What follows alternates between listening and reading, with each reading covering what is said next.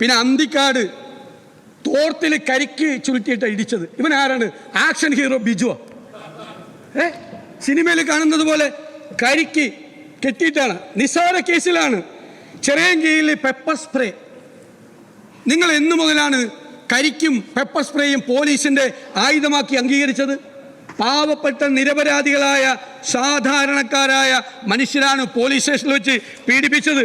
കൊടുങ്ങല്ലൂരിൽ ഒരു അർബുദ രോഗി, ക്യാൻസർ രോഗി, അയാൾ കരഞ്ഞു പറഞ്ഞു, ഞാൻ ക്യാൻസർ പേഷ്യൻ്റ് ആണ്, നിങ്ങളെ സംശയത്തിൻ്റെ പേരിലാണ് എന്നെ അറസ്റ്റ് ചെയ്യുന്നത്, CCTV നോക്ക് എന്ന് പറഞ്ഞു. അയാളെ താഴെ ഇരുത്തി അയാളുടെ കാലിൽ പല റൗണ്ട് നേരത്തെ പറഞ്ഞതുപോലെ ചൂരൽ പ്രയോഗം നടത്തി. ക്യാൻസർ പേഷ്യൻ്റ് ആണ് എന്ന് പറഞ്ഞിട്ട്. അടൂരിൽ നിങ്ങളുടെ DYFIയുടെ മേഖലാ സെക്രട്ടറി അല്ലേ 2 മണിക്കൂർ കൊണ്ടൊരു കള്ളക്കേസെടുത്ത് സ്റ്റേഷനിൽ കൊണ്ടുപോയി ക്രൂരമായി മർദ്ദിച്ചത്. ആ മേഖലാ സെക്രട്ടറിയുടെ അപ്പനും അമ്മയും പറഞ്ഞെന്താ? ആ മർദ്ദനത്തെ തുടർന്നാണ്, ക്രൂരമായ മർദ്ദനത്തെ തുടർന്നാണ് രോഗിയായി കിടന്ന അയാൾ മരിച്ചത്. ഒരു അസുഖവും ഇല്ലായിരുന്ന ഒരാൾ.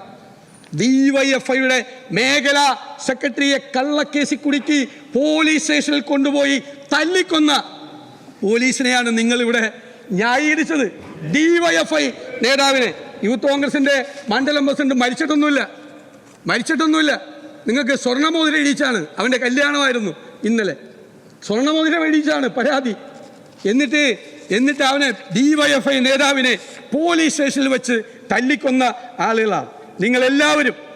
ശരി, ഈ പാവപ്പെട്ടവനെ മുഴുവൻ പോലീസ് സ്റ്റേഷനിൽ കൊണ്ടുപോയി ക്രൂരമായി മർദ്ദിക്കുമ്പോൾ 51 വെട്ടുവെട്ടിക്കൊന്നൊരു മനുഷ്യനുണ്ടല്ലോ, ചന്ദ്രശേഖരൻ, അതിലെ കൊലക്കേസിലെ പ്രതികളില്ലേ, ക്രിമിനലുകൾ, പിന്നീട് പോലീസ് ജയിലിലിരുന്ന് ഇപ്പോഴും ഷെയ്ഡി ഏർപ്പാടുകൾ ചെയ്യുന്ന ക്രിമിനലുകൾ, അവരെ നിങ്ങളുടെ പോലീസ് കൊണ്ടുപോയത് 5 സ്റ്റാർ ഹോട്ടലല്ല, മദ്യം വാങ്ങിച്ചു കൊടുത്തു, ഭക്ഷണം മേടിച്ചു കൊടുത്തു, 5 സ്റ്റാർ ഹോട്ടലിൽ കൊണ്ടുപോയി.